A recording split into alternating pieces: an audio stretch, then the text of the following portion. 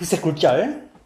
자, 빛의 굴절은 이거 간단히 끝낼 테니까 빛이 한 매질에서 다른 매질로 가면 속력이 달라지거든. 자, 속력이 달라지지 않으면 그러면 직진이 하는 거야, 빛은. 근데 속력이 달라지면 페르미 원리에 의해서 빛은 가장 빠른 시간에 도달할 수 있는 경로로 진행한다. 에 의해서 꺾이는 현상이 생겨. 빛의 굴절이 생긴다.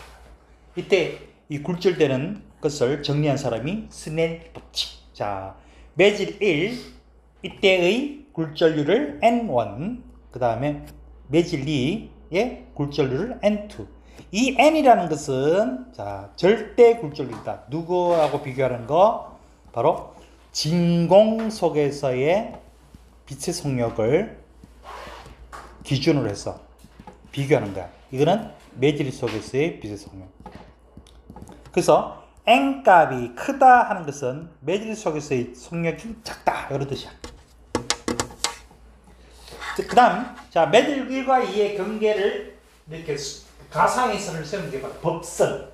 이 법선과 이루는 각도, 들어오는 경우는 입사광선, 그래서 입사각, 그리고 꺾여서 갈 때 법선과 이루는 각도는 굴절각 R이라고 해요. 그래서 이거를 스넬이라는 분이 실험을 통해서 이런 공식을 만들어내죠. N1 sin I는 N2 sin R 하는 거예요. 이렇게 되는 거죠. 자, 이렇게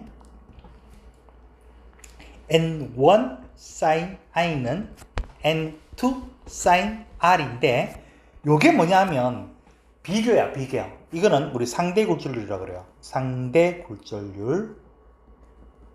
그러니까 절대 굴절률이 아니고요. 절대 굴절률은 진공 속의 빛의 속력으로 그 비율을 보는 게 절대고, 상대는 뭐냐면 두 매질의 비를 찾는 거야. 절대값이 아니고 비. 응? 그래서 요 앞에 선 놈이 기준이고 뒤에 선 놈이 상대야. 그러니까 1에 대한 2의 매질 B. 이 값이 만약에 2가 나오면 1보다 2의 매질이 2배가 더 크다 이 뜻이야. 오케이? 절대치가 아니고요. 상대치가요. 오케이? 여기서 말하는 요 N값은 절대치야. 이 값이 2다? 그럼 그 굴절률이 2라는 얘기야. 자, 그래서 요거를 요렇게 표현해 놨어요. sin i는 sin r분의 sin i라고 되죠. 그죠? 네. 근데 요 상대 굴절률이 n1분의 n2거든요. 요거를 이렇게 되는 거야. n1이 뭐냐 하면 v1분의 c가 되고요. n2는 v2분의 c가 돼. 그래서 요것을 c를 다 제거하고 나면 요렇게 나온다고요. 그다음 파동의 전파 속력은 파장 곱하기 진동수인데, 자, 빛이 서로 다른 매질로 간다 하더라도 이 진동수는 변함이 없다. 변함이 없다. 자, 변함이 없기 때문에 이 매질 속에서의 속력은 뭐와 파장하고 비례한다. 그래서 이런 공식이 나오는 거야. 그래서 이걸 내가 옛날에 이렇게 했죠.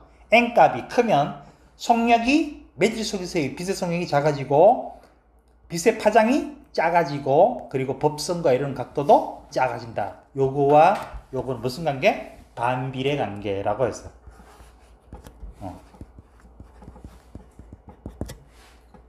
요거. 그래서 이거 학교에서 배우는 학교는 시험 나오거든요. N1 sin I는 N2 sin I라고 무조건 공식해 놓고, 자, 공식을 쓰지 않는 경우는 요거 꼭 쓰라고 해요.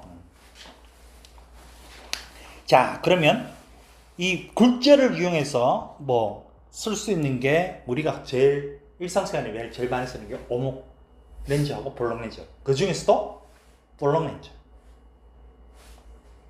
그러니까 오목 안 쓰는 거 아니야? 여러분 쓰고 있는, 나만 쓰고 있네. 나만 쓰고 있는 이 안경은 오목 렌즈. 나이 드신 할머니 할아버지가 쓰는 거는 볼록 렌즈. 오케이?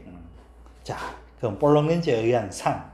자, 기본적으로 렌즈는 서로 서로 양쪽의 곡률이 달라요. 곡률이 뭐냐면 이렇게 보면 돼요. 어떤 원점에 있어요. 이렇게 반지름 R로 이렇게 돌리면 원이 되죠? 그죠? 그러면 요 부분의 곡률은 여기 돼요. 오케이? 그 다음에 여기서 또 어떤 그 반지름이 이렇게 됐다. 그러면 이 곡률은 또 달라요. 그죠? 그러니까 요 부분, 요게 바로 뭐야? 볼록 렌즈가 되는 거야. 그래서 이 보면 대부분의 문제는 다 이 양쪽이 다 똑같은 곡률로 되어 있어요. 오케이? 그래야 하기 쉬우니까. 하기 쉬우니까. 예전에는 이거 달랐다니까요.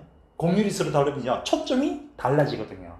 오케이? 그래서 똑같은 모습으로 되어 있는데 항상 서로 반대쪽에 빛이 나란히 휩싸여가지고 들어가면 이 돋보기란 말이야. 빛이 모여요. 이 빛이 모이는 모습을 말한다고요? 초점이라고 해요. 초점, 포커스. 그래서 F는 포커스인데 그 초점 그리를 요 스몰 F라고 씁니다. 알았죠? 그런데 이 반대쪽도 마찬가지. 똑같죠? 이 둘이 곡률이 같기 때문에 그런 거야. 그리고 원래 이 부분하고 이 부분이 뭐야? 굴절이 되지, 그지? 그런데 굴절이 되는데 이거를 다 하게 되면 되게 불편하겠죠. 그래서 뭐야? 원래 여기서 두 번 굴절이 나는데 뭐다? 딱 가운데 거기서 한 번만 굴절이 되었다고 가정하고 가는 거야. 오케이? 그래서 뭐 한다? 빛이 어디로 진행하는지 추적하는 거야. 광선 추적이라고 그래. 광선 추적. 알았죠? 광선 추적. 자, 이거 되게 중요한 거죠? 광선 추적법. 세 가지 방법으로 자, 찾아낸다. 상이 어떻게 되고 상이 어디에 맺히고 무슨 모습으로 크기는 어떻게 되는지 알아내는 거야. 오케이? 자, 먼저 첫 번째는 광축에 나란하게 들어간 진행한 광선은 굴절 후 반대편 초점을 지나가. 요거. 그 다음에 물체에서 나온 빛이 초점을 지난 광선은 굴절해서 나란하게 간다. 이 두 개는 뭐야? 서로 반대 방향이죠. 그죠? 그 다음 세 번째, 광축을 향해서 지나가는, 광축이 아니고, 이 렌즈의 중심을 향해서 지나가는 광선은 경로가 바뀌지 않고 직진한다. 그래서 이 세 가지의 광선 추적법으로 뭐야? 작도를 했을 때 상이 어디에 맺히고 어떤 크기가 되며 이런 걸 알 수가 있다는 거야. 그렇죠? 우리가 예상할 수 있다는 거야. 자, 여기를 보니까 간단하게 돼 있는데, 진짜 간단하게 돼 있네. 나 그냥 아무 생각 없이 한 건데 간단하게, 그죠? 자, 볼로니자 상 내가 여기다가 그려줄 테니까 여러분들이 한번 머릿속에 딱 정리해놔야 돼요. 요거 안 해놓으면 나중에 힘들어. 꼭 정리해놓으세요, 여러분. 자, 여기 색깔을 좀 다른 색으로 좀 할게요. 좀 진한 색으로. 색깔이 좀 구분되도록. 자, 먼저 첫 번째. 요 지금 초점 거리가 요 거리의 2배 되는 부분. 요걸 우리 EF 되는 부분이야. 오케이? 자, 여기. 여기 이렇게 있으니까 좀 여러분들 되게 불편하겠다. 그래도 할 수 있어. 먼저 첫 번째. 반대편도 마찬가지다. 요거에 EF 되는 부분. 자, 요거. 자, 먼저 물체가 EF인 부분 있죠? 해서 요 부분에 있던 상이 어떻게 보이느냐 하면 바로 이 F'과 EF' 사이에 이렇게 되는 거야. 뒤집어지는 거야. 뒤집어지는 거. 그리고 상은 작아요. 그런데 요 물체가 EF가 됐어요. 오케이? 자, EF가 되면 요 상은 EF에 딱 정확하게 여기에 맺혀요. 그리고 상의 크기는 어떻게 되죠? 커져요. 똑같아. 그러니까 1번보다 크다고. 그러니까 여기서 이렇게 가까이 오면서 어떻게 된다고요? 뒤집어지는 똑같은데 상이 커진다고요. 오케이? 그 다음에 얘가 EF와 F 사이에 들어오면 어떻게 되죠? 여기 들어오면 얘가 이렇게 된다고요. 상이 더 커지죠. 그러니까 얘는 똑같은 상인데 똑같은 크기인데 이렇게 안으로 들어오면 얘는 이쪽으로 멀어지는 거야. 대신 상이 뒤집어져 있고 보다 크기는 커진다고요. 어떨 때 가장 똑같다? EF일 때는 상의 크기가 똑같다. 그리고 이걸 우리는 여러분 뭔다? 거꾸로 선 것을 무슨 상? 실상. 실상이 뭐라고? 빛이 굴절해서 상이 맺히는 걸 이야기하는 거예요. 광선 출구로 위해서. 그리고 이거는 이제 우리 볼록 렌즈는요, 굴절의 법칙에 의해서 이렇게 작동하는 거잖아, 그지? 그러니까 렌즈를 굴절해서 상이 맺혔다. 그래서 실제적인 상이다 이 뜻이야. 실제적인 상이다. 자, 근데 이제 문제는 F에 딱 닿으면 어떻게 될까요? 상이 여기 딱 맺히면 이때는 상이 맺히지 않습니다. 그죠? 안 보여.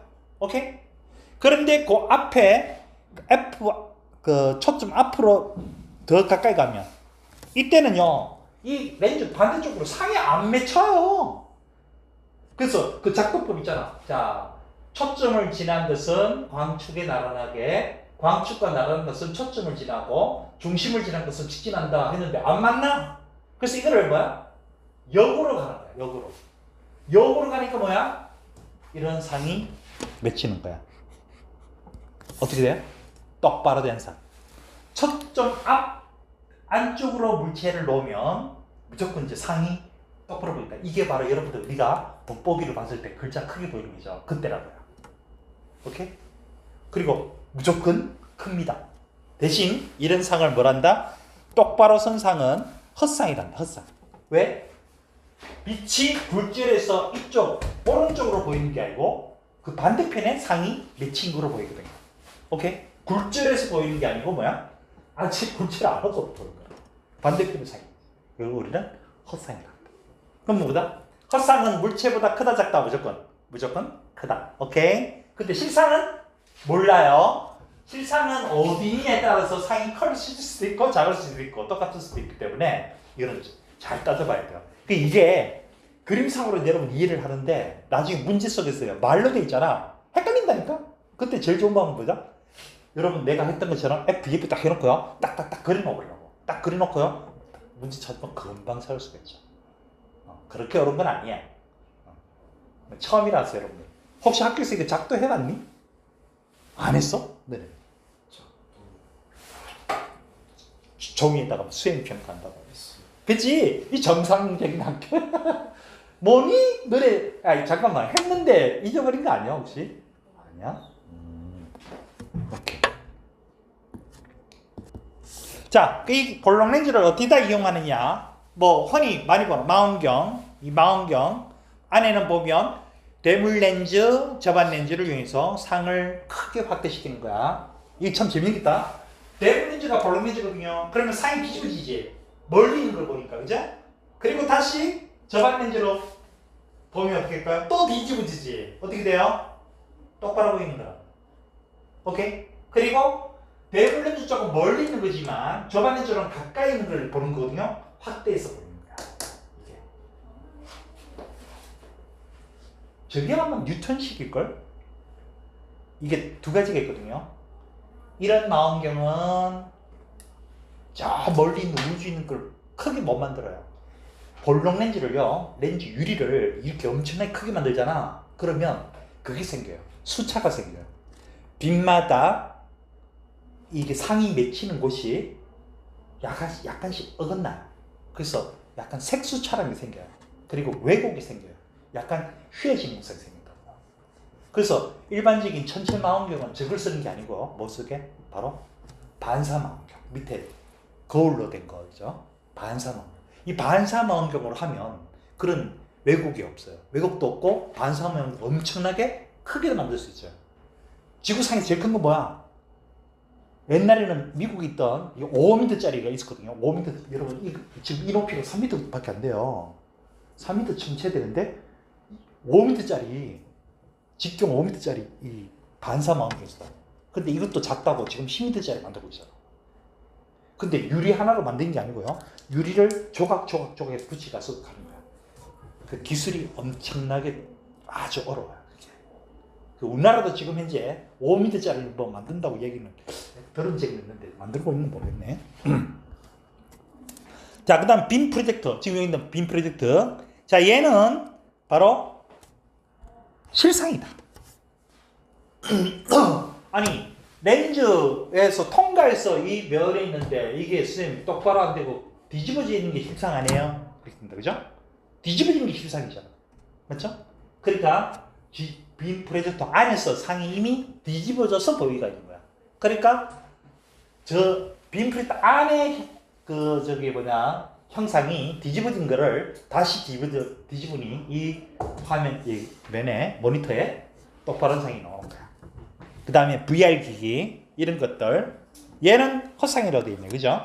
요거는 가까이서 보는 거기 때문에 가까이서 보는 거야. 자기 눈앞에. 그렇기 때문에 그 뭐지? 그 반대편에 있는 걸 확대해서 보는 거야. 이게. 자, 반도체 공정에서 우리 포토 리소그래피, 생소한 이름이죠. 포토 리소그래피. 자, 반도체 소요되는 여러 가지 엄청나게 작은 소자들이 들어가요. 소자. 뭐냐면 뭐 우리 다이오드, 트랜지스터 뭐 이런 것들 들어가요. 저항. 이런 것들을 미세하게 만들어요. 어떻게? 무늬로 만든다고. 무늬로 만들어 가지고 볼로네즈를 통해 가지고 그거를 엄청나게 작게 뭐야? 축소한다. 이때 볼로네즈가 사용되는 거야. 이게. 이걸 우리는 회로를 구성한 어떤 패턴을 마스크라고 해요. 이 마스크 쪽으로 빛을 이용해서 마스크에 쪼면 물체가 있고 없고에 따라 가지고 빛이 통과하는 게 있잖아요. 그죠? 그 형상을 만드는 거예요. 형상을. 그래서 렌즈를 하나 더 통과시키면 이렇게 쳤죠. 이렇게 줄어들거든요. 그래서 굉장히 작은 데다가 색이 넣을 수 있다는 거예요. 그 색이 넣는 그 과정이 바로 뭐다? 포토 리소그래피라고 하는 거예요. 빛을 이용해서 미세한 패턴을 형성하는 반도체 제조 공정. 이거 봐, 이거 있잖아. 디스플레이 공정에서 반막 트랜지스터. 반막이 뭐냐면 엄청나게 얇은 막이라는 뜻이야. 반막. 그리고 트랜지스터. 이 안에 트랜지스터가 그 회로를 어떤 구성하고 있어요. 그래서 계산하는, 연산할 수 있는 어떤 회로를 만들어내요. 이게 참 희한하죠. 우리는 사람 눈으로 절대 못하는 겁니다. 혹시 이 과정 말고 또 세부적인 거 또 했어? 반도체가 안 나온다. 오케이. 그러면 그래도 최소 포토 리소그래피라는 뜻은 알고 있어야 돼요. 그러면 그거까지 안 해도. 자, 빛의 이중성 중에서 빛의 파동성이 아닌 빛의 입자성. 우리가 앞에서 배웠던 뭐냐? 간섭, 회절 이런 것들은 다 빛의 파동성을 나타내는 실험들이야. 그 증거라고 할 수 있어요. 근데 빛의 입사점 이것을 증명하는 실험 있죠. 광전 효과. 자, 여기서는 막 엄청나게 막 복잡하게는 가르치지 않지만 콤프턴 효과도 빛의 입자성의 증거로서 사용되는 실험입니다. 자, 광전 효과가 뭐죠, 여러분? 광전 효과.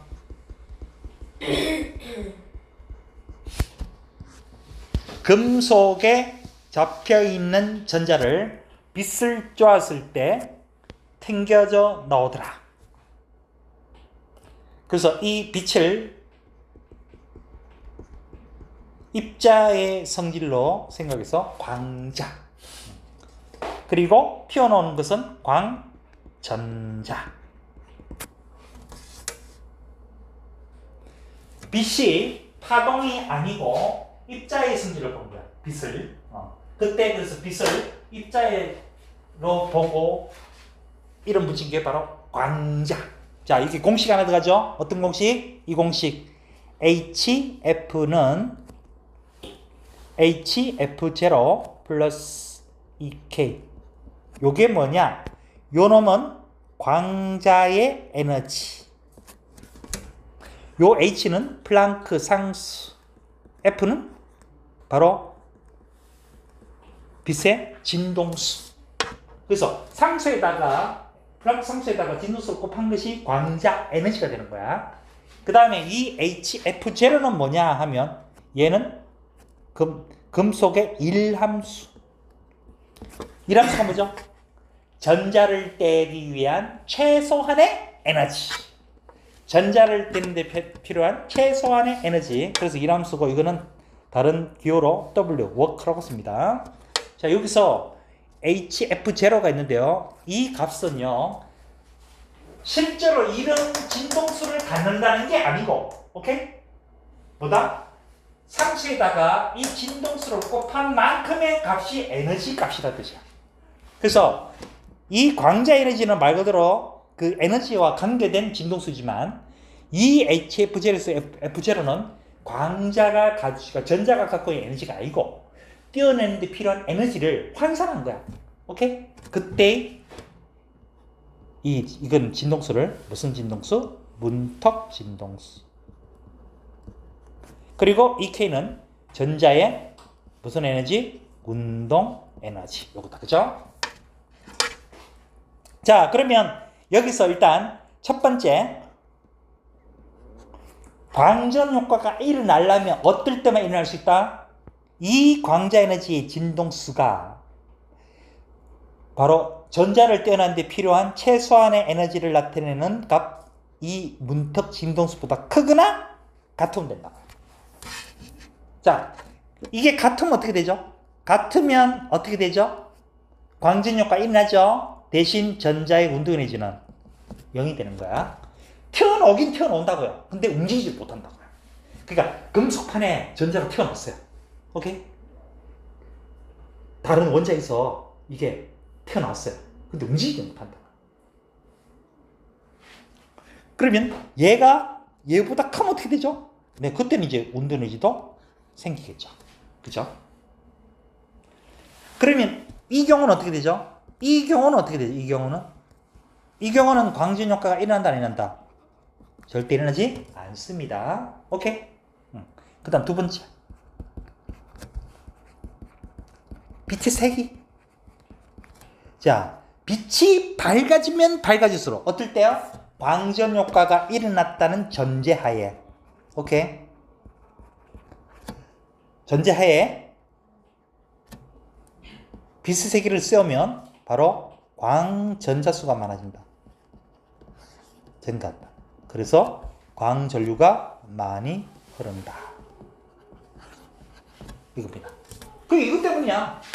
빛을 입자로 보는 이유가 그거라고. 내가 옛날에 이런 예를 들은 적 있죠. 자, 보라색 빛 하나가 있는데요. 딱 비췄더니 전자가 탁 튀어나오더래요.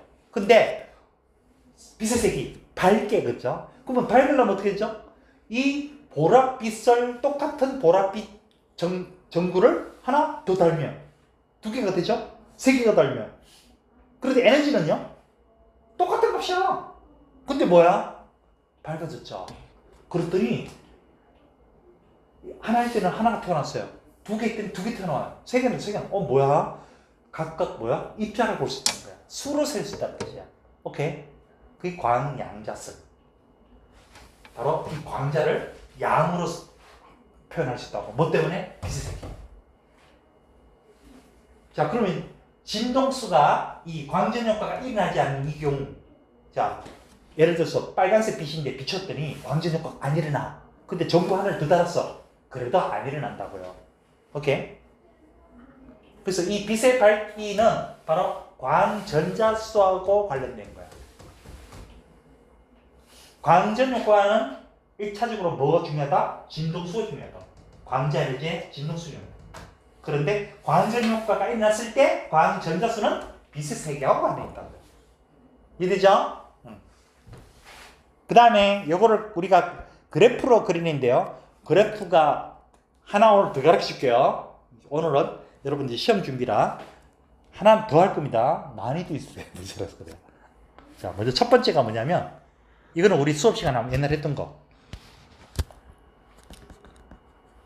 여기는 진동수에 대한 항목이고 이거는 운동에너지 항목이야. 자, 그러면 이렇게 돼요. 아까 전에 봤던 요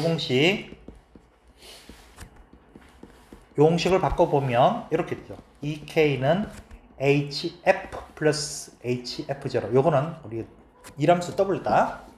그러면 여기서 그래프가 어떻게 된다? 이렇게 된다고요. 어떤 금속. 이때 이 기울기는 H. 요게 Y축이고요. 요게 X축이죠. Y는 AX-B죠. 그죠? Y는 AX-B죠. 그래서 Y절편 요 부분이 뭐가 돼요? 바로 일함수. 일함수는 전자를 떼어내는 데 필요한 최소한의 에너지 값이기 때문에 뭐다? 절대치로 넣으셔야 돼요. 이렇게. 그 다음 요게 뭐가 된다? 바로 문득 진동수라고요. 그러니까 여기다 대입을 하면 요 값이 요 값하고 같으면 이거 지금 이거 마이너스다 그죠? 미안 마이너스 그죠? 응. sorry. 그러니까 마이너스니까 뭐야? 이 k가 여기 되죠 그죠? 맞죠? 너 먼저 이거 플러스로 썼지? 이거 마이너스인데. sorry. 자 그러면 요만큼의 어떤 진동수를 갖는 빛을 이 금속한테 쏘면 어떻게 된다? 바로 광전 효과가 일어나고 남는 만큼이 뭐다? 요만큼의 운동 에너지가 발생하는 거야. 요게 우리 지난 시간에 수업 시간에 했던 내용이야. 그죠? 그래서 내가 하나 더 한다 그랬죠? 자, 하나 더 하는데 바로 EK.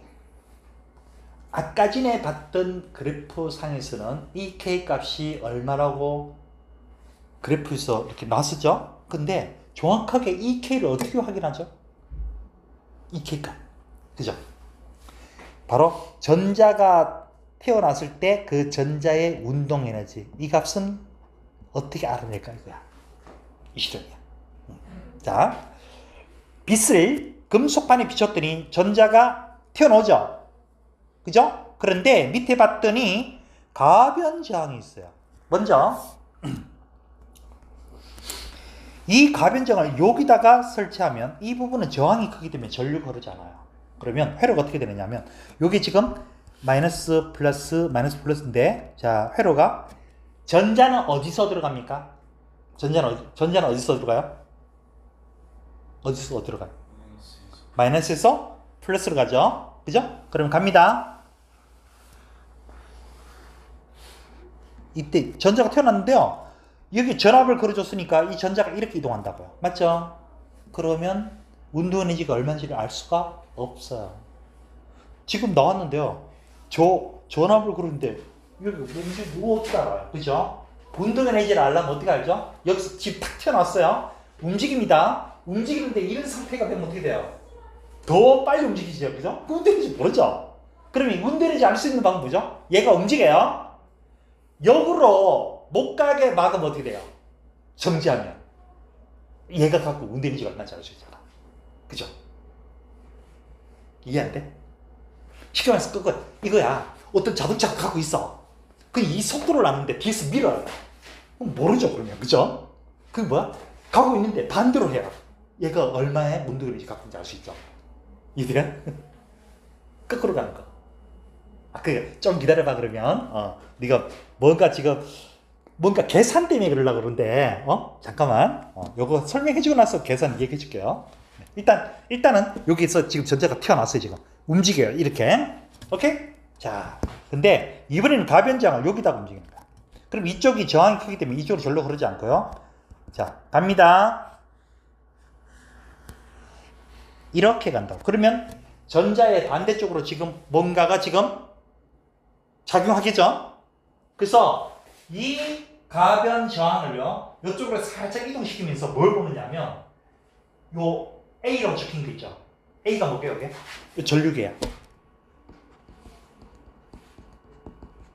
전류계가 갑자기 딱 0이 되는 순간, 뭐다? 전자가 멈췄다는 얘기죠. 맞지? 그때 이 전압을 보는 거야. 이 전압을 뭐라고 하느냐면, 정지 전압이라고 해요.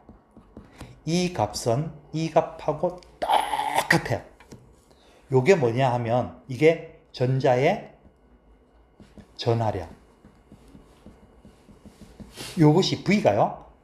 V가 속력이 아니고요. 정지 전압이라는 거야. 정지 전압. 혹시 우리 뒤에서 배웠던 물질파 할 때 혹시 요거 기억나니? 내가 옛날에 써준 거 혹시 요거 기억나니? 기억나요? 왜 전자현미경에서 전자를 뭘 어떻게 조절해서 파장값을 만들어내야 돼? 물질파 파장을 만들어내야 되는데 뭐로 조절한다? 전압으로 조절한다 그랬지, 그지? 바로 이 값하고 이 값이 같은 거라고. 오케이? 바로 이 정지 전압이 뭐냐? 현재 여기 가변지형에 있는 요놈을 이쪽으로 이동시키면서요. 전자가 튀어나와서 움직이고 있는데 역으로 걸어주는 거야. 역으로 주는 전압이라는 뜻이야. 그래서 좀 처음에는 전류가 어쨌든 흐르고 있겠죠. 그러다가 갑자기 탁 멈췄다. 그러면 전자가 움직이다가 탁 멈추는 거라고. 오케이? 그럼 이게 0이 딱 됐을 때 정지 딱 했다고. 그때 전압 얼마를 들어주는지 보는 거야. 그래서 거기다가 전자의 전하량에다가 이 정지 전압을 곱해버리면 이 전자가 갖고 있는 운동 에너지 값이 얼마인지 알 수 있다고요. 됐죠? 지금 쓰고 있니? 왜 안 했을까? 몰라. 자.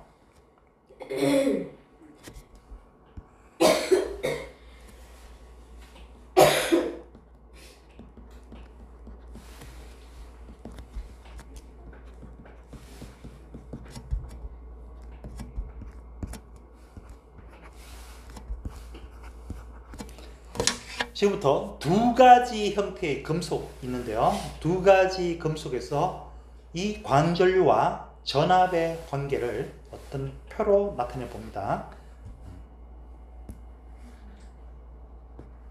요거는 A 금속, 요거는 B 금속. 먼저 A 금속과 B 금속 쪽에 이게 지금 현재 광전류가 흐른다는 건 둘 다 뭐야? 지금 광전류가 일어났다는 얘기죠. 그러면 두 개 중에 빛의 세기는 누가 더 밝을까요? 금속이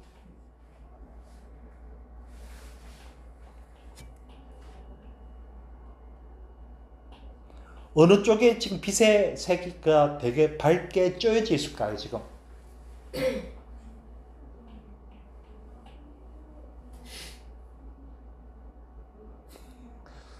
위에 적혀 있잖아. 이렇게 뭐가 적혀 있어요. 빛의 세기가 크면 클수록 뭐다고? 광전류가 많이 흐른다고요. 지금 이 그래프가 두 개가 섞여 있으니까 헷갈리는 거야. 헷갈리지 마세요, 여러분. 어디를 보는지 알아? 이쪽 Y축만 보고 X축만 보는 거야. 두 개를 동시에 보는 거 아니야. 이 그래프는. 오케이? 한쪽만 보면 됩니다. 자, 빛의 세기. 이거 보지 마세요, 이거. 관계 없어요, 이거. 이 절대 관계 없어요. 이것만 보는 거야. 여기가 둘로 나뉘었네. 일단 둘이 광전류가 일어났어요. 여기에 금속에 빛의 세기가 더 세구나. 밝구나. 오케이? 그 다음 여기는 뭐냐면 이걸 우리는 정지전압이라고 그래요. 왜 마이너스냐? 역으로 그렇다고요. 역으로. 오케이? 그러면 이 두 개를 봤을 때 그러면 누가 운동 에너지가 더 크다는 얘기죠?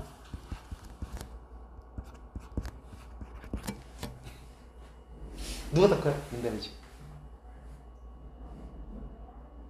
자, 여기에 마이너스라는 것은 아까 뭐라고요? 역으로 그려진 거라고 했습니다. 그래서 절대치로 보면 전압은 누가 더 크다? 얘가 큰 거죠? 얘가 왜 이렇게 더 커야 돼요, 전압이? 바로 운동 에너지가 더 크기 때문이야. 알겠죠? 그렇게 잘 보았어요. 이 두 가지 그래프야. 기본적으로 나오는 그래프는 이 그래프. 그 다음에 이제 조금 난이도 있는 거는 이거. 그러니까 이거 볼 때는 딴 거 볼 거 없습니다. X축하고 Y축을요 동시에 보는 게 아니고요. 각각으로 보는 거예요. 각각으로. 오케이? 자, 이 광전 효과가 일어났다고 해서 무조건 똑같이 지금 이거 이 운동 에너지하고 이 관계 있다? 그거 아니에요.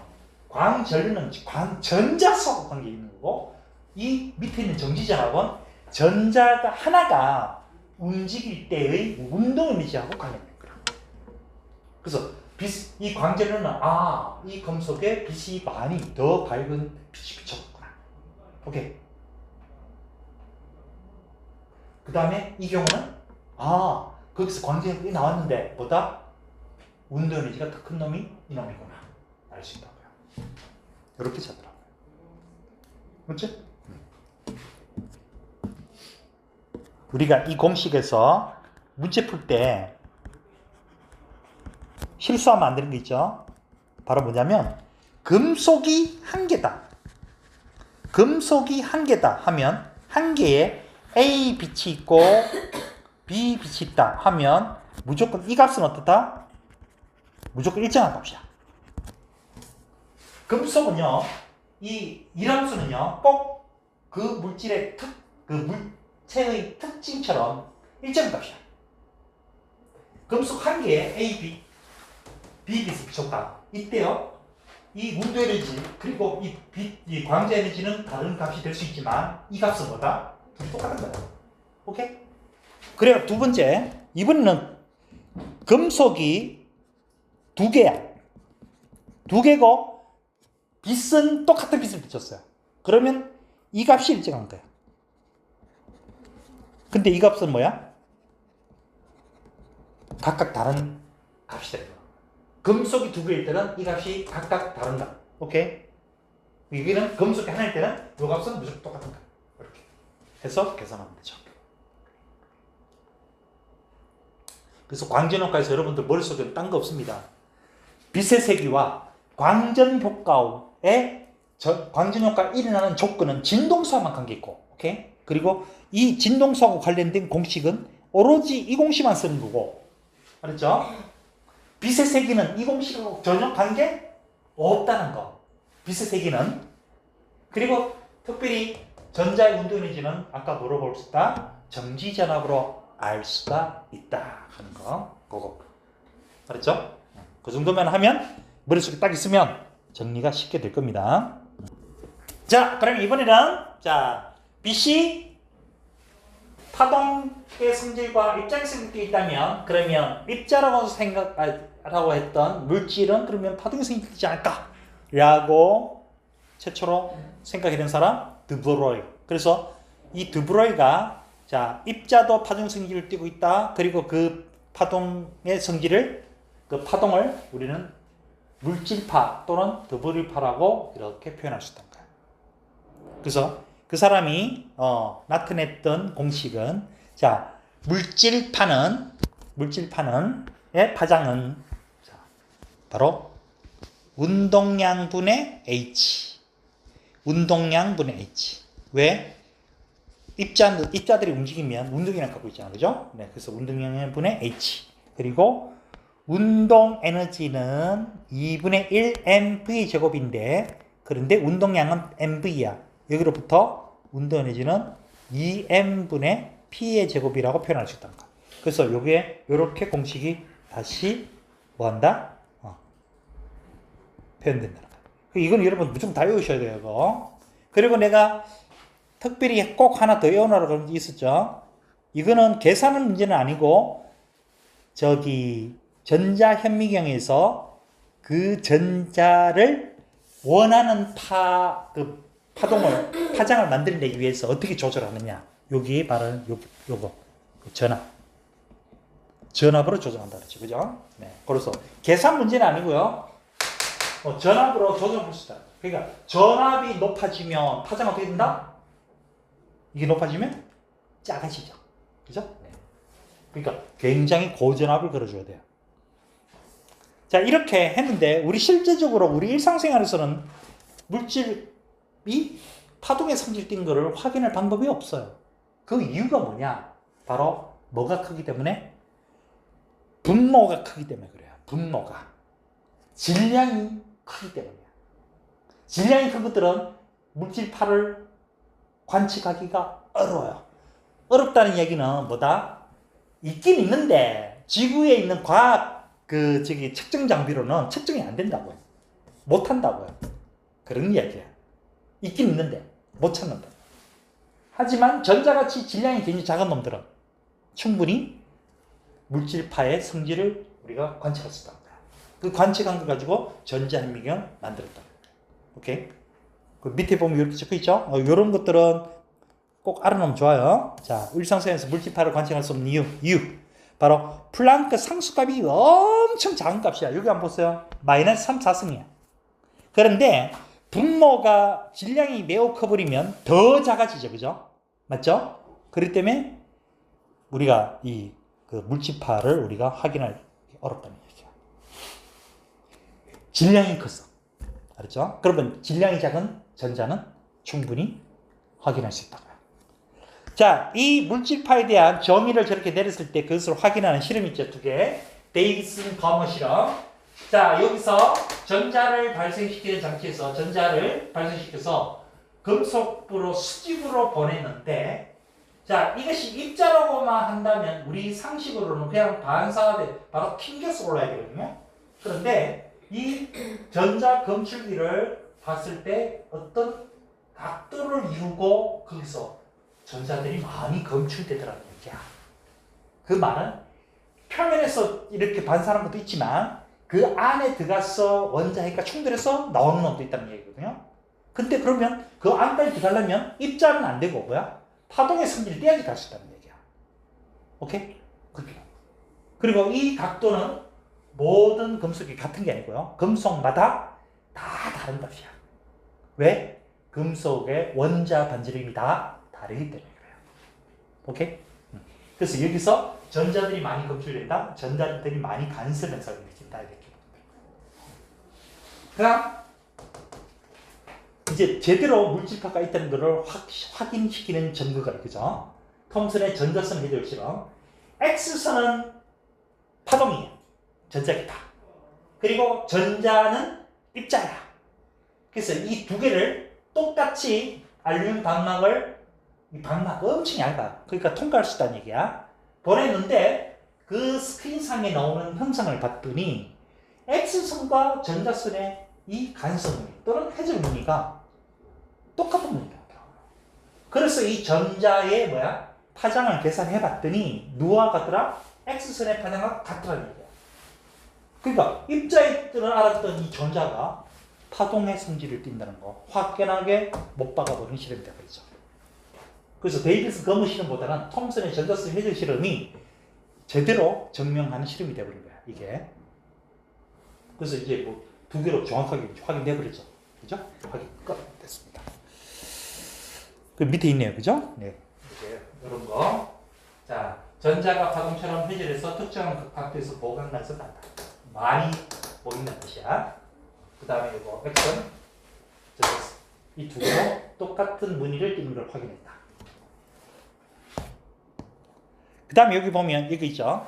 만에 하나 여러분들 전자가 입자라고 한다면 이렇게 가고 이렇게만 가기 때문에 여기만 전자가 있어야 된다. 그죠? 그런데 영의 이중 슬릿처럼 우리가 빛의 간섭 무늬를 보는 것처럼 실험을 했더니 똑같이 이런 간섭 무늬가 밝고 어둡고 하는 이런 모습이 나타난다는 거야. 그래서 저기 밝은 부분은 전자가 많이 모인 부분, 그러니까 보강되는 부분, 적은 부분은 상쇄되는 부분, 이렇게 만들어졌다는 거야. 자, 이것을 이용해서 우리가 만든 물건, 전자혁명이다. 전자혁명에서 가장 중요한 두 가지 성능이 있다고 그랬죠. 바로 배율. 일단 크게 확대해야 돼요. 저기 보면 뭐 수백만 배까지 된다고 그러는데, 네, 맞아요. 최소 10만 배 이상이야. 말이 수백만 배지. 여러분, 어마어마한 겁니다, 그거. 그 다음에 두 번째로 중요한 성능이 바로 뭐냐면, 전자혁명에서 중요한 거는 분해능.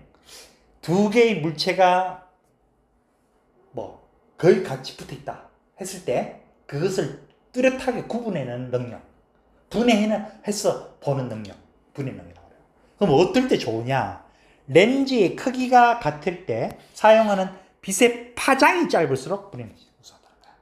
그러면 만에 하나 빛의 파장이 길면 뭐 어떤 일이 벌어지느냐? 간섭이나 회절이 커진다고요. 그러면 분해능이 확 줄어든다고요. 그래서 최대한 파장이 짧으면 짧을수록 좋다는 거야. 분해능. 우리가 일반적으로 보는 광학혁명에는 그냥 빛을 굴절시켜서, 우리가 앞에서 배웠던 볼록 렌즈 있죠? 굴절시켜서 보는데 얘는 볼 수 있는 한계가 있다는 거야. 어디까지? 바로 세포까지만 볼 수 있다는 거야. 그 안에 들어있는 세포의 구성체, 미토콘드리아, 엽록체 또는 그 더 작은 박테리아 아니고 바이러스 이런 것들 볼 수가 없다고요. 그러니까 얘는 세포까지만 볼 수 있어요. 어떤 거? 박테리아, 세균까지만 볼 수 있다는 거야. 알죠? 그래서 이거를 뛰어넘기 위해서 바이러스를 보기 위해서 또는 그 세포 안에 있는 소기관들 또는 바이러스를 보기 위해서 바로 이런 두 가지 형태의 현미경을 사용합니다. 그 주사, 반사, 투가, 통가 이렇게. 그래서 주사 현미경, 투가 전자 현미경 보면 둘이 기본적인 틀은 똑같아요. 전자총에서 전자를 발생시키고 그것을 자기 렌즈를 이용해서 모은다. 자기 렌즈는 아닌데 볼록 렌즈라 같이 모으기 때문에 그냥 이름이 자기 렌즈라고 합니다. 자기장을 이용해서 자기력으로 전자를 한쪽으로 모으는 거예요. 그게 자기 렌즈라고 이름이 명명됩니다. 그런데 여기에 주사전자 현미경은 내가 보고자 하는 시료에서 반사해서 검출하는 것을 확대해서 화면을 보는 거예요. 직접 눈으로 볼 수 없다는 얘기겠죠? 그죠? 그런데 이 통가는 시료를 통과해서 이렇게 스크린상에 직접 볼 수 있는 거예요. 두 개는요, 확연히 다릅니다. 주사전자 현미경은 3차원적인 입체 모습을 보는 거고, 투과전자 현미경은 2차원 평면적인 모습을 낸다. 그래서 어떤 바이러스의 겉모습을 보고 싶다. 주사전자 현미경. 바이러스 안에 있는 뭐가 있는지를 알고 싶다. 세포 속에 뭐가 들어있는 걸 구분하고 싶다. 투과전자 현미경. 두 개로 보는 거예요. 성능은 투과전자 현미경이 훨씬 더 좋습니다. TEM이라고 하죠. 훨씬 좋습니다. 하지만 두 개가 보고자 하는 사용하는 이유가 다르기 때문에 둘 다 사용할 수 한다는 거야.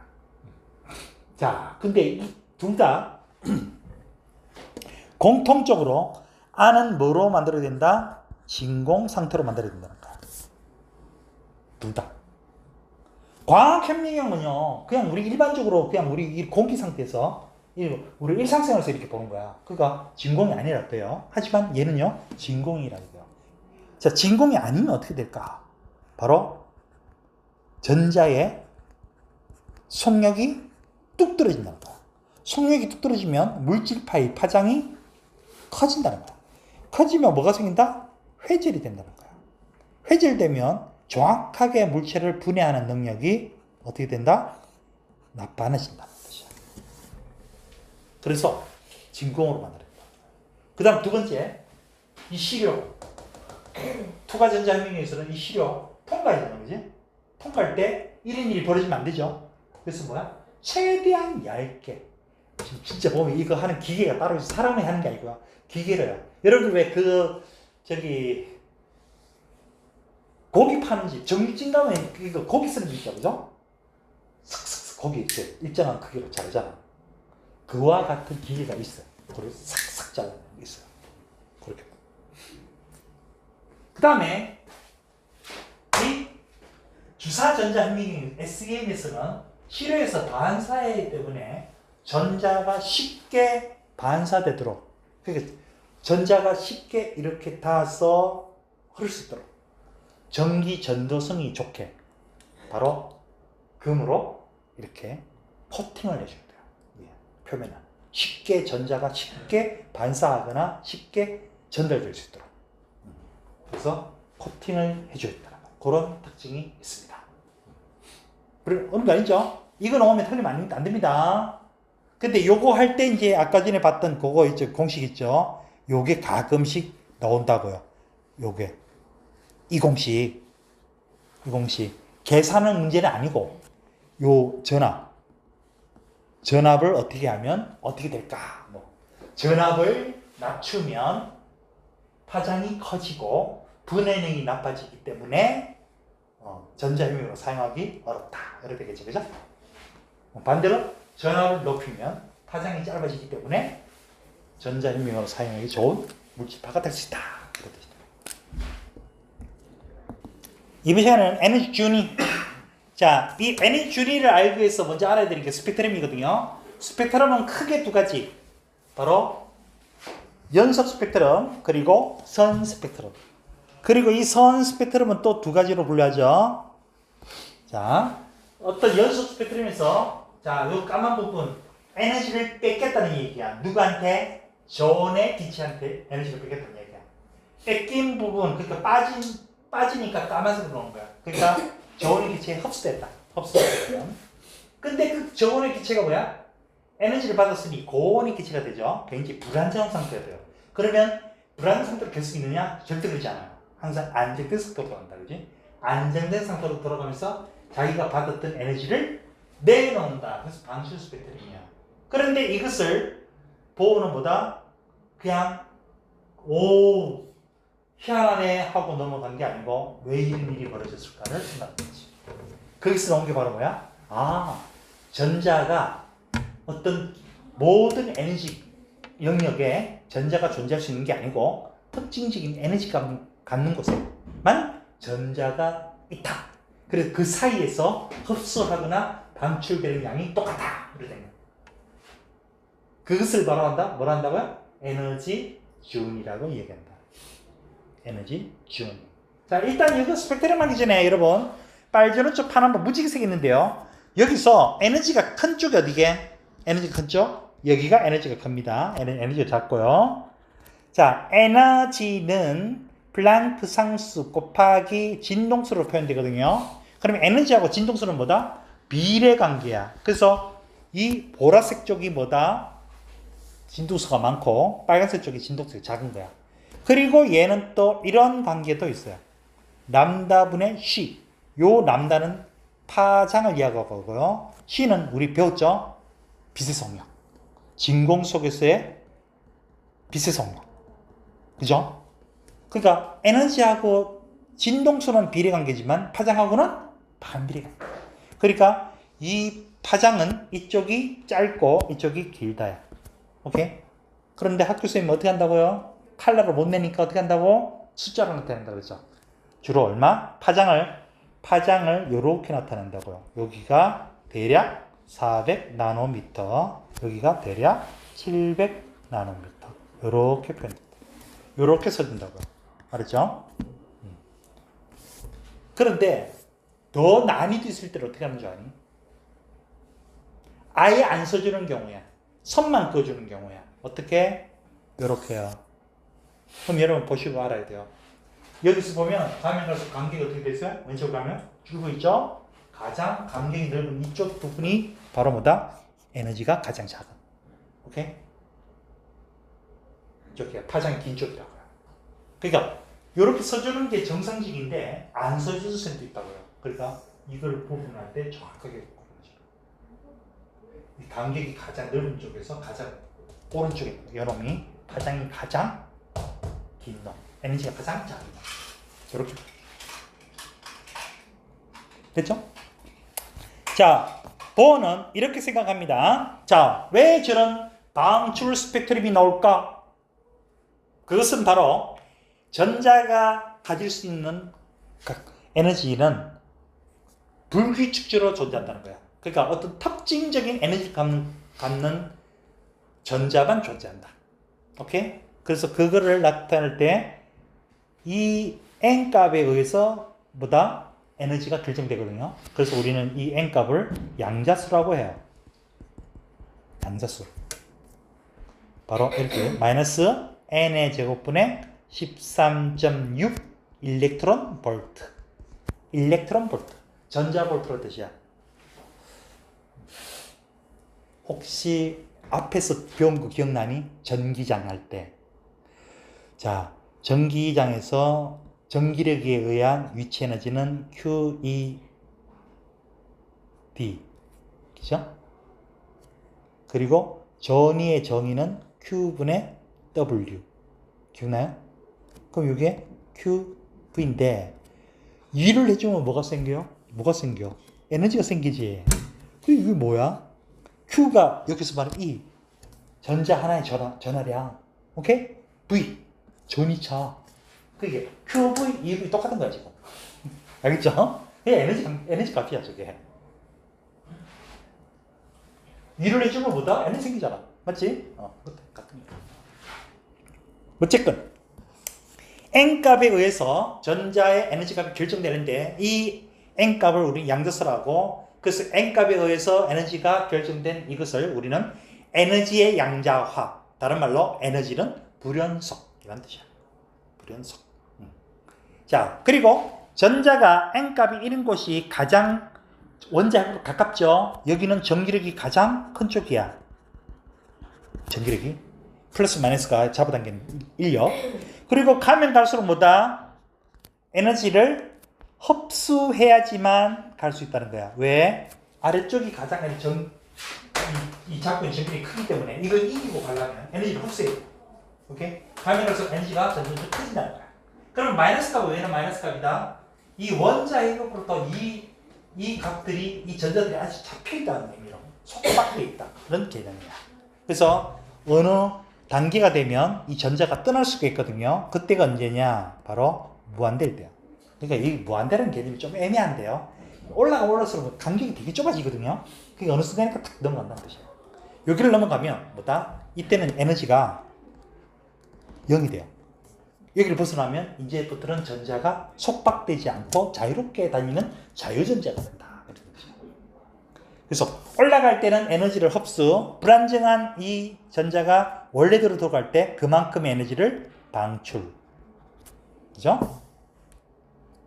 자, n값이 1의 전자가 있을 때는 가장 안정된 상태, 전기력이 가장 큰 상태, 그때는 우리 뭐란다? 바닥 상태. 2, 3 이렇게 멀어질 때는 뭐다? 에너지를 받고 올라가죠. 이때는 전부 다 불안정한 상태. 무슨 상태? 들뜬 상태라고. 자, 이걸 가지고 이렇게 세 가지가 나오죠. 자, 먼저 라이먼 계열. 라이먼 계열은 N2에 있던 전자가 2 이상에 있던 전자가 1로 떨어질 때, 그때가 에너지가 가장 크고 바로 이 스펙트럼 상에서 자외선 영역이야. 우리 사람 눈으로 볼 수 없는 거죠. 기계적으로 체크되는 거고. 그 다음에 N3 이상에서 2로 떨어지는 경우. 두 번째 에너지가 큰 놈, 바로 발머 계열. 이것은 시험에 많이 나오는 가시광선 영역이에요. 가시광선 영역. 그런데 여기에 재밌는 거 있습니다. 좀 이따가 이런 거 여러분 그냥 쉽게 넘기면 안 됩니다. 이런 거 난이 깊게 할 때 학생들은 이런 걸 신경 안 쓰거든요. 근데 요걸 선생님들이 요걸 이용한다고요. 오케이? 그래서 그러시고요. 그 다음 4에서 4 이상에서 전자가 3으로 떨어질 때 이 세 개의 영역 중에서 가장 에너지 작은 놈 바로 파션 계열, 적외선 영역입니다. 그리고 이 간격은 실제적인 에너지의 크기를 나타낼 수 있다는 거야. 그래서 아무리 라이먼 계열이 2에서 1로 떨어지는 가장 에너지가 작은 이 간격이라 하더라도 발머가 5에서 2, 6에서 2 떨어진다 하더라도 에너지는 무조건 얘가 큰 거야. 오케이? 그리고 파장이 얘가 짧은 거야.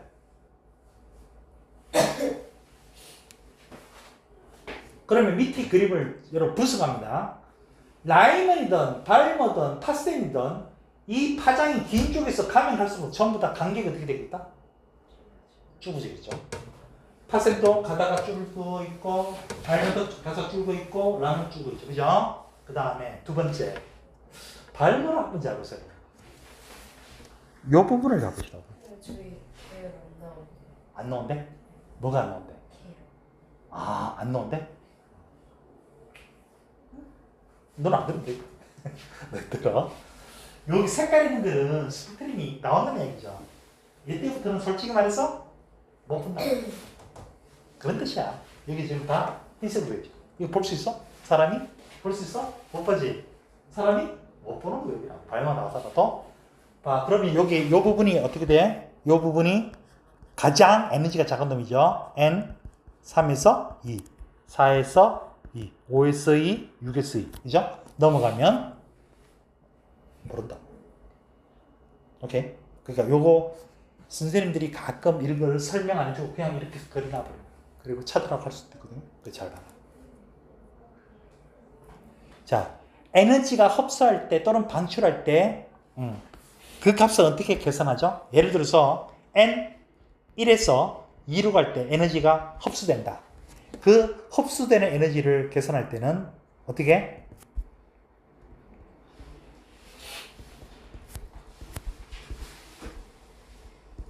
자, 이렇게. 또는 방출할 때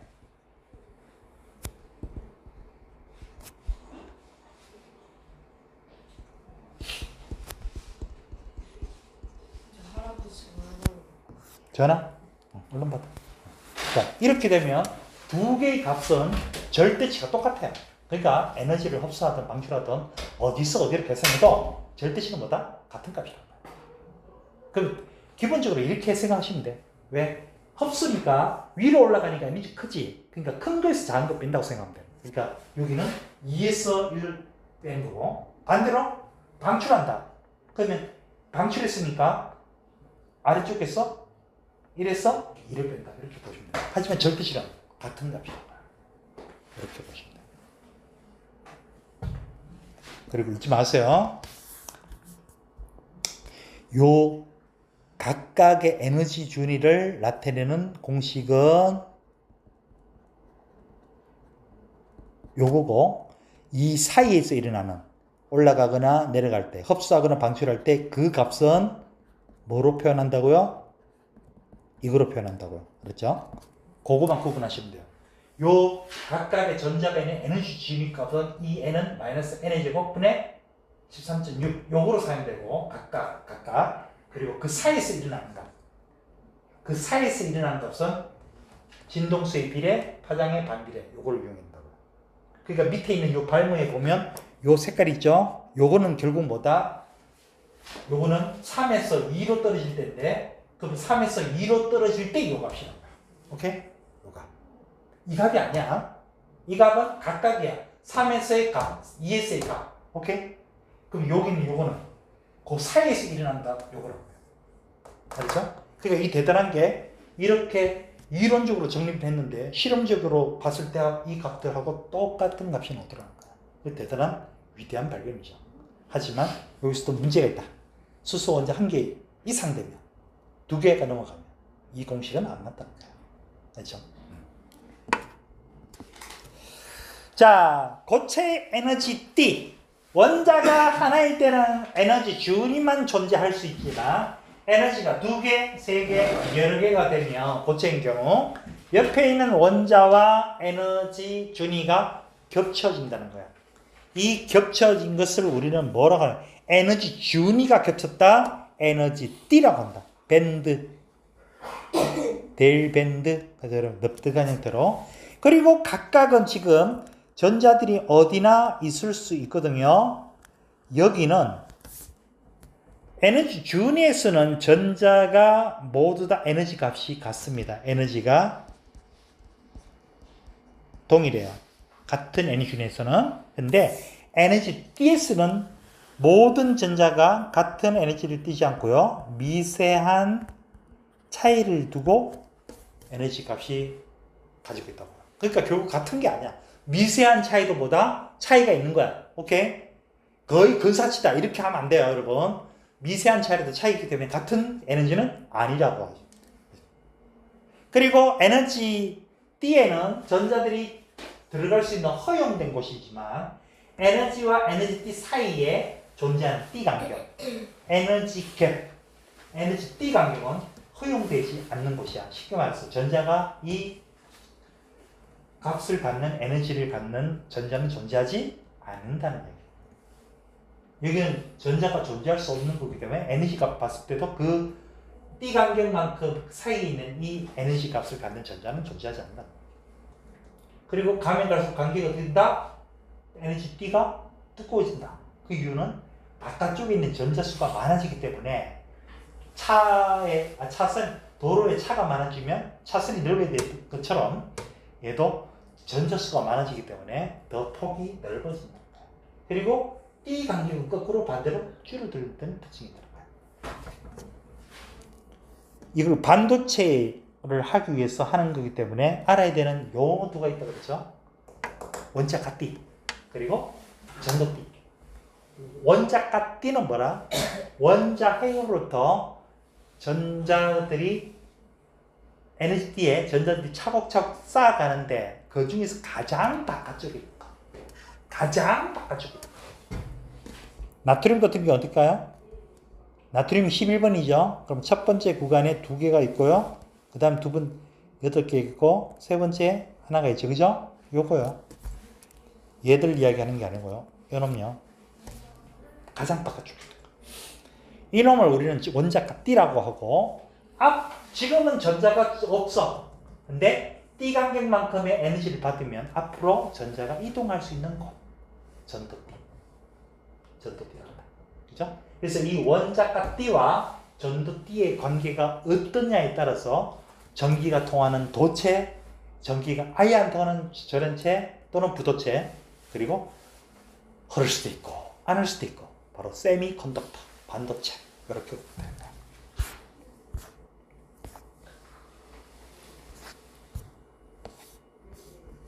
무섭게 고체를 전기 전도성. 학교에서 이거 했어 안 했어? 나 이거 물어보고 해야 되는데 이 공식 했어 안 했어? 안 했어? 너는? 오케이.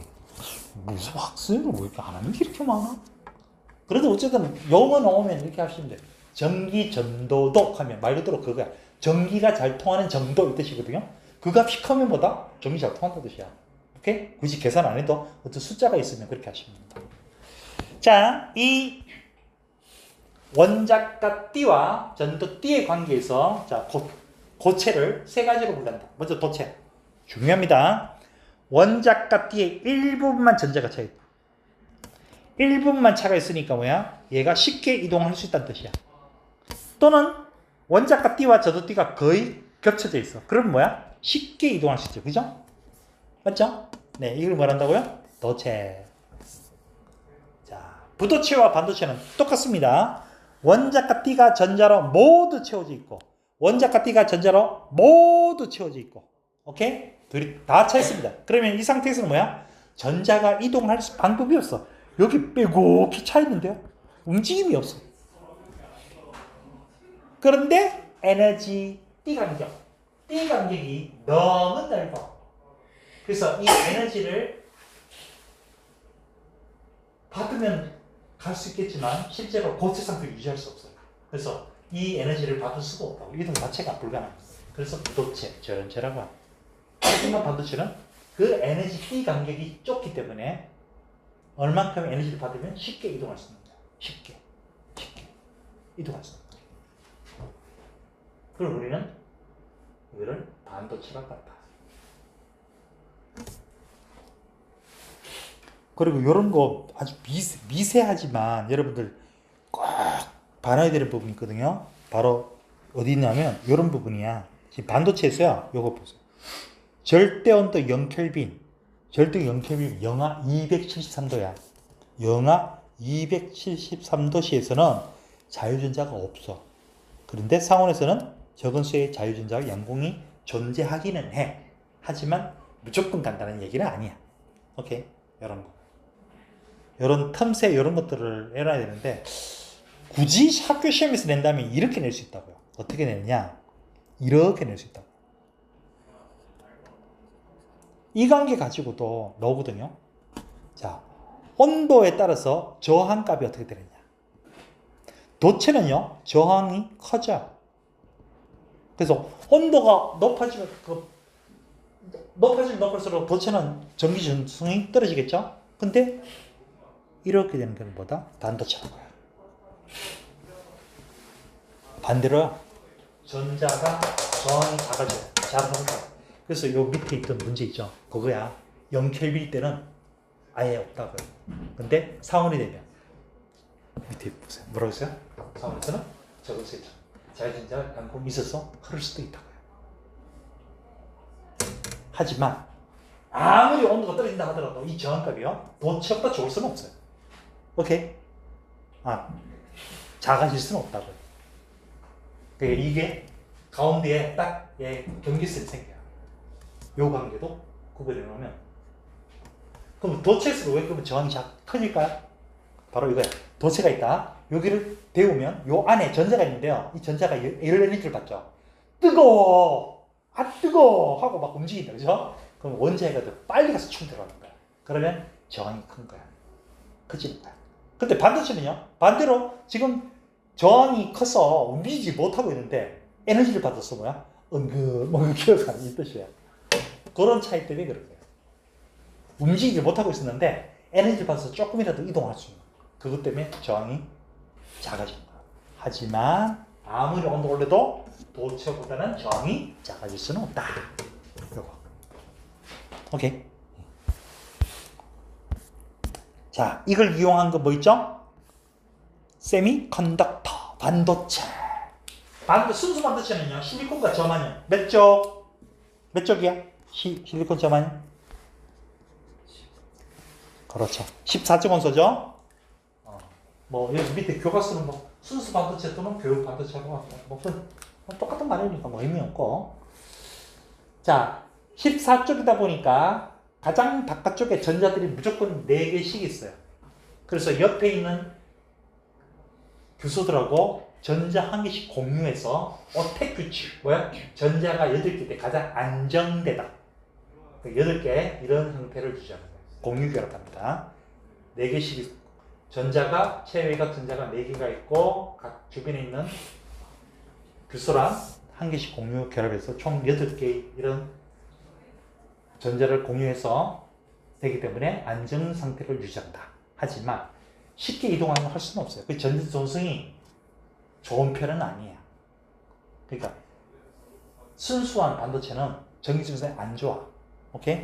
자, 여기에다가 이제 뭘 한다? 활력소를 넣죠. 불순물. 순수만 반도체 불순물을 섞으면 성질이 바뀌거든요. 근데 어떤 성질? 전기 전도성이 바뀐다고. 갑자기 100배, 200배로 확 좋아져 버려요. 그래서 불순물이기 때문에 많이 넣을 필요 없어요. 조금만 넣는 거거든요. 조금만. 너무 많이 태우면 안 돼. 여러분들 왜 소금에서 주성분이 뭐야? 염화나트륨이죠. 근데 염화나트륨을 그냥 소금을 먹으면 쓰거든요. 그게 뭐가 있게? 염화 마그네슘. 흔히 말해서 단수라는 거. 두부 만들 때 쓰는 단수. 걔는 불순물이야. 주 성분이 염화나트륨. 그건 진짜 짠 맛. 염화 마그네슘은 씁쓸한 맛. 그것들을 계속 제거하죠. 그래서 만든 게 뭐야? 주경. 엄청 비싸죠. 뭐 9번 구운 소금.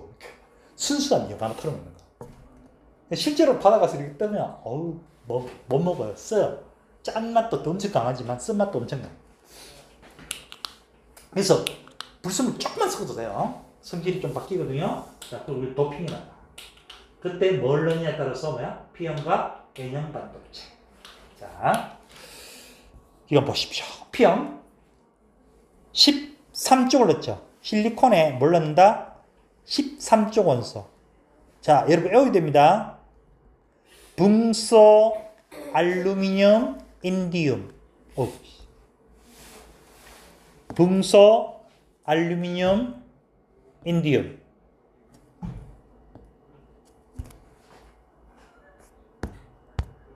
어디 갔어? 넘겨버렸네.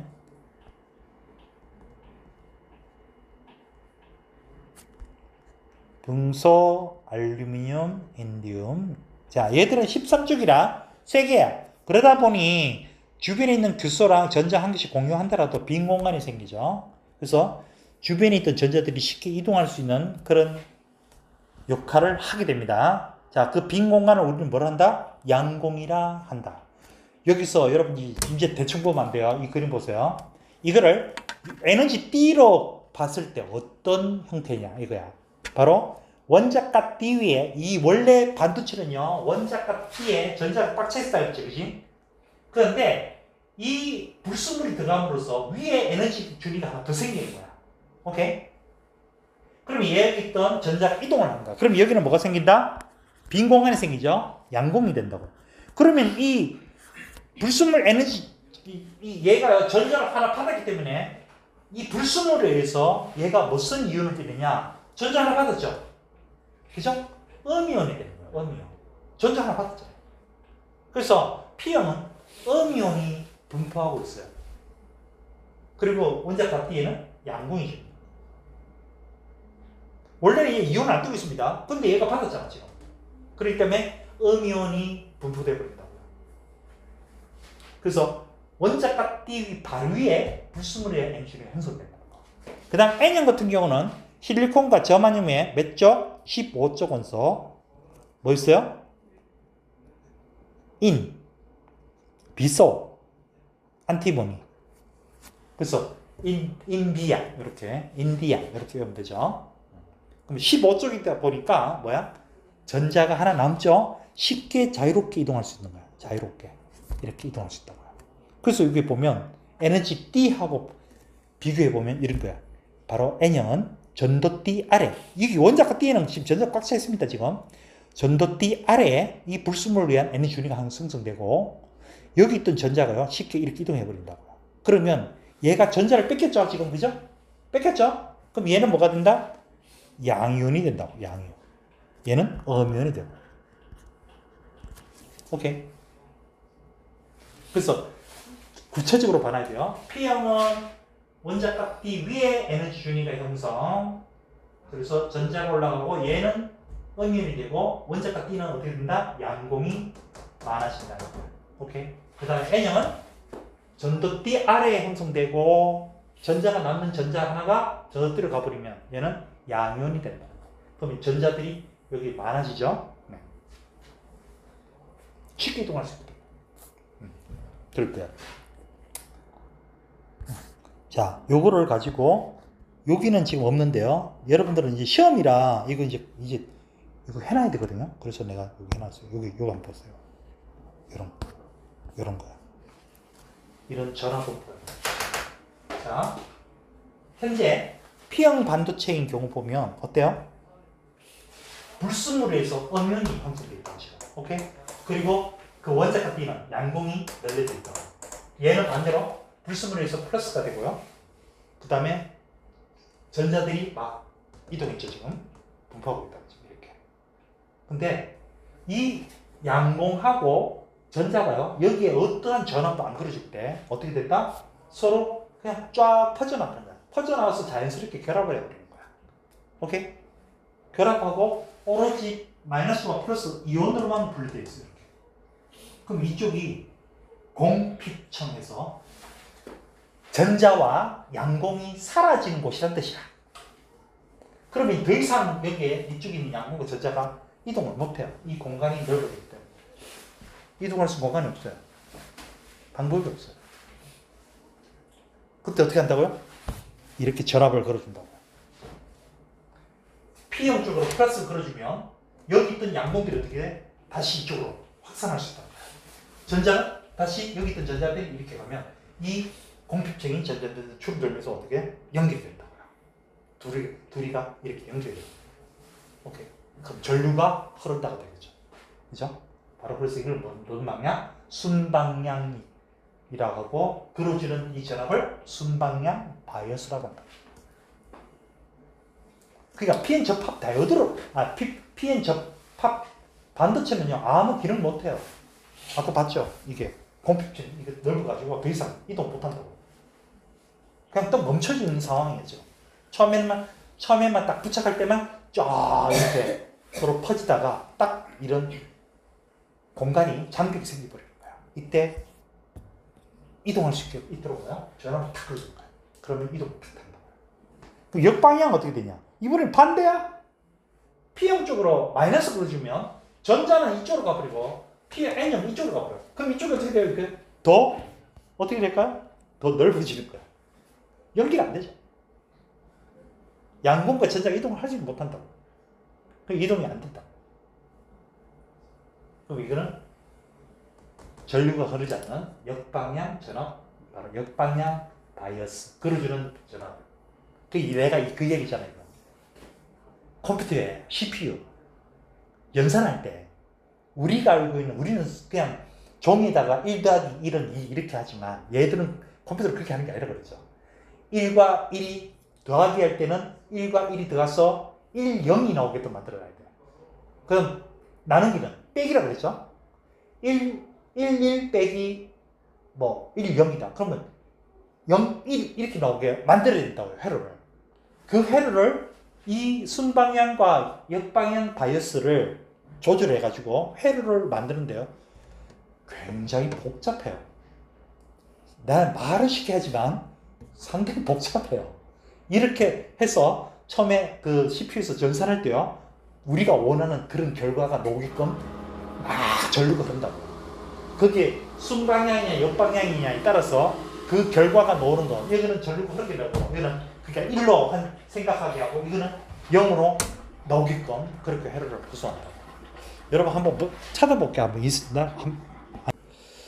자, 일단 여기 그 PN 접합 다이오드는 여러 가지 기능이 있거든요. 빛이 나오는 게 있고요.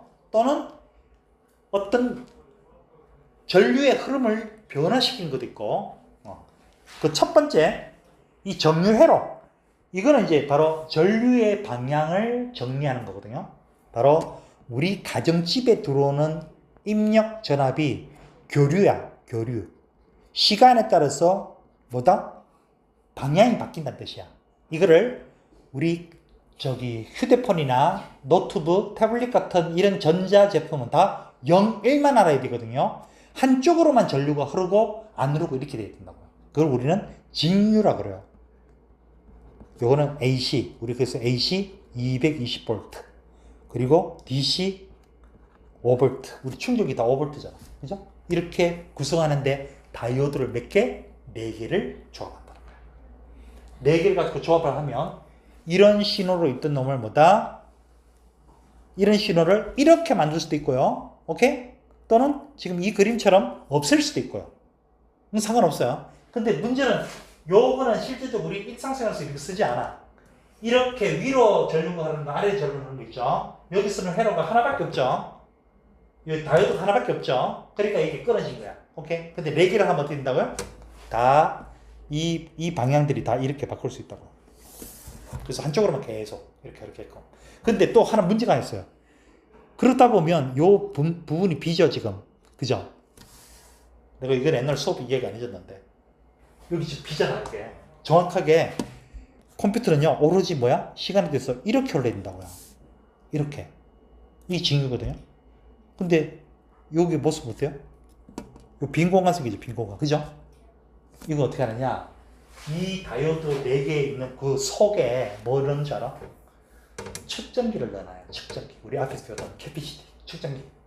있다, 들어있다고. 그러면 요 부분에 전류가 흐르지 않을 때 측정기에 있던, 저장기에 있던 전하가 여기에 채워지는 거야. 그럼 요렇게 상당히 아주 꼼꼼하게 만들어져 있어요. 그 다음에 자 빛이 나는 게 있죠. 이 발광 다이오드. 발광 다이오드. LED라고 해요. 자, LED는 기호가 어떻게 되느냐면 이렇게 됩니다. 다이오드의 기호는 요게 다이오드 기호인데 전류가 흐를 때 이렇게 빛이 난다. 이건 발광 다이오드. 그 우리 리모컨 같은 거. 그 다음에 이제 이렇게 된 거는 빛이 들어왔어요. 그랬더니 전류가 흐른다. 이거는 광다이오드. 이 광다이오드는 우리 태양전지가 광다이오드야. 빛이 들어올 때 전류가 만들어지잖아. 그죠? 그래서 발광다이오드는 전류가 흐르면 빛이 난다. 영상 표시장치, 조명장치, 신호등, 리모컨 등등. 그 다음에 광다이오드는 빛이 들어가면 전류가 흐른다. 이 둘에는요 서로 반대 방향입니다. 우리가 앞에서 봤을 때 P형이, 우리 발광다이오드는 P형에 뭐야? 플러스가 연결되고 N형에 마이너스가 연결돼. 이렇게 된 거거든요. 근데 얘는요 반대야. 반대로 전자가 움직인다고요. 반대로. 그래서 내가 태양전지를 배우냐 안 배우냐 계속 강조했던 이유가 그거야. 이것 때문에 학생들이 틀리거든요. 이거 많은 학교에서 선생님이 했는데 안 하고 갔잖아? 발광 다이오드처럼 하잖아? 다 틀려버려요. 광 다이오드는요, 발광 다이오드고 반대야. 그 작동 원리가 반대라서 그래, 반대. 우리 아까 전에 왜, 그거 있죠? P형, P형에서 양봉이 N형 쪽으로 가고, 그죠? N형이 있던 전자가 P형 쪽으로 갔지, 그지? 맞지? 이게 바로 발광 다이오드야. 근데 광 다이오드는 그 반대로 이게 움직인다고요. 그것 때문에 태양 전지를 하느냐 물어봤는데, 이게 수원고등학교 같은 경우는 이거 학교 선생님들 가르쳐 주거든요. 그래서 아주 상세하게 설명해 준 적이 있어요. 학교 선생님 뭔 말인지 모르겠다 그래가지고 상세히 설명했는데, 늘 안 했다니까 굳이 안 했다. 그 다음에 우리가 발광 다이오드에서 빛이 나온 것을 이용해서 바로 뭐다? 세 가지가 있어야 바로 어떤 영상 표시 장치, TV를 사용할 수 있거든요. 빨간색 빛, 초록빛, 파란색 빛이 나와야 하얀색, 흰색을 만들 수 있어요. 까만색은 안 만들어도 돼요. 왜요? 까만색은 빛이 안 나오면 되죠. 그러니까 흰색을 만들어도 돼요. 흰색을 만들어야 모든 것을 다 만들었거든요. 근데 그 중에서요, 에너지가 가장 큰 놈이 누구냐 하면 이거거든요. 그러면 이 다이오드를 만들 때 파란색 나오는 빛이 나오는 발광 다이오드를 만들 때 바로 그 에너지 간격이 보다 가장 큰 놈이에요. 왜? 에너지가 가장 커야 진동수도 크고, 그죠? 이 세 개 중에서도 에너지가 큰 놈이 파란색이잖아요, 그죠? 그래서 그 에너지 간격이 가장, 발광 다이오드에서 에너지 간격이 가장 큰 것은 뭐다? 이거라고. 그래서 이 다이오드는요, 모두 다 똑같은 게 아니에요. 그게 사용하는 베이스로 쓰는 재료가 뭐냐에 따라서 다 달라요. 베이스에 따라서. 원리는 같은데 물질, 어떤 소재를 쓰느냐에 따라서 빨간색 나오기도 하고 초록색 나오기도 하고. 그래서 그 중에서 가장 찾기 힘들었던, 발견하기 힘들었던 게 바로 이 파란색이에요. 그래서 이 파란색이 발견된 이후부터 이제 여러분 집에 있는 TV도 LED TV, OLED TV, 하여튼 이런 게 이제 활성화됐죠. 그전에는 생각도 못했어요. LED TV를 만들 생각을 못했어요. 이걸 못 만들기 때문에.